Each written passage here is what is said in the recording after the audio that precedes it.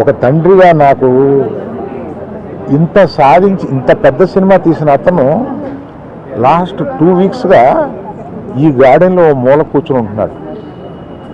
రోజు ఆ పైన ఉంటున్నాడు, లేకపోతే ఇక్కడ ఉంటున్నాడు. నేను ఒకసారి ఈ గార్డెన్ దగ్గరికి వచ్చి, ఏంటయ్యా ఇట్లా ఉంటావు నువ్వు, వెళ్ళి ఫ్రెండ్స్ దగ్గర కన్నా వెళ్ళు, లేకపోతే ఏదైనా ఊరన్నా వెళ్ళు, ఏదైనా బ్రేక్ తీసుకో, ఇందులోనే ఉండి నువ్వు ఇట్లాగ మరోజుగా ఇలా కూర్చుని ఉంటావు, దేశం అంతా నీ సినిమాని సెలబ్రేట్ చేసుకుంటుంటే నువ్వు ఇట్లా కూర్చుని ఉంటావు అంటే, సో అన్ఫార్చునేట్ ఇన్సిడెంట్ కరెక్ట్గా ఇప్పుడు జరిగింది. We don't know why, but the nature did it like that, let me take it, తర్వాత ఎప్పుడైనా వెళ్తాలే అని ఢిల్లీలో సెలబ్రేట్ చేస్తామని, బీహార్లో సెలబ్రేట్ చేస్తామని, బాంబేకి ప్లస్ మీట్కి రమ్మని, ఇట్లాగే రకరకాల సెలబ్రేటివ్ ఇవన్నీ వస్తున్నా కూడా it is not the time.